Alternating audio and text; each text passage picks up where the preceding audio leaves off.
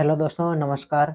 आइए आज हम महाकुंभ मेले के बारे में उसके पीछे की कहानी आपको बताएंगे। तो पूरे 12 वर्षों के बाद महाकुंभ मेला का आयोजन किया जाता है। महाकुंभ सबसे बड़ा और प्रमुख धार्मिक अनुष्ठान माना जाता है।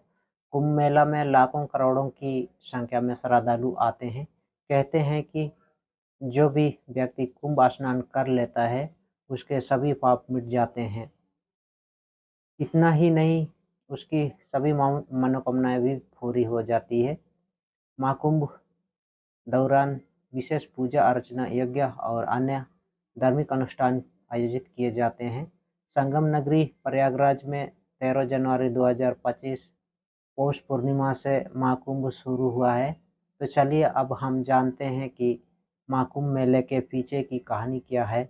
साथ ही जानेंगे कि महाकुंभ का धार्मिक महत्व क्या है। पौराणिक कथा के अनुसार जब देवताओं और असुरों के बीच समुद्र मंथन हुआ था, तब समुद्र मंथन के दौरान भगवान धन्वंतरि अमृत कुंभ यानी कि कलश लेकर प्रकट हुए।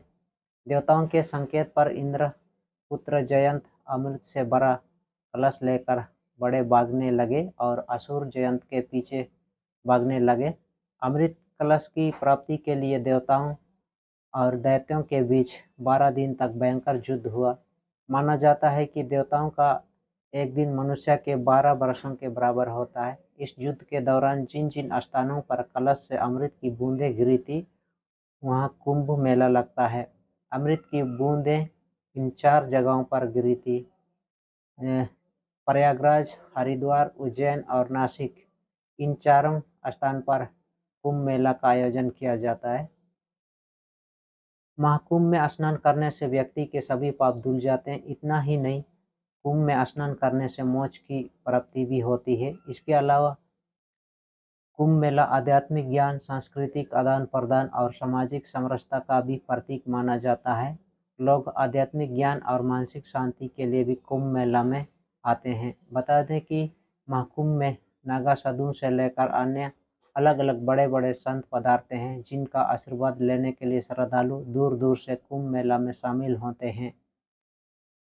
अब जो यहाँ पर मैंने आपको जो जानकारियाँ दी है,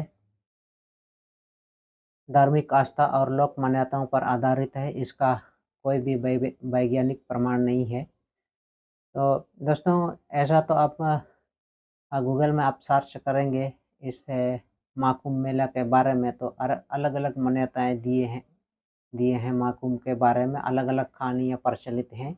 अभी जो कहानी बताएं उससे भी और अलग अलग कहानी आपको मिलेंगे, जो अलग अलग मान्यता प्रचलित हैं, अलग अलग कहानियाँ प्रचलित हैं। तो इसलिए हम यहाँ आपको बता रहे हैं कि यहाँ दी गई जो जानकारियाँ हैं धार्मिक आस्था और लोक मान्यताओं पर आधारित है। इसका कोई भी वैज्ञानिक प्रमाण नहीं है। तो दोस्तों, ये था छोटी सी जानकारी आपको महाकुंभ मेले के बारे में हमने दी। तो चलिए वीडियो को यहीं पर समाप्त करते हैं दोस्तों।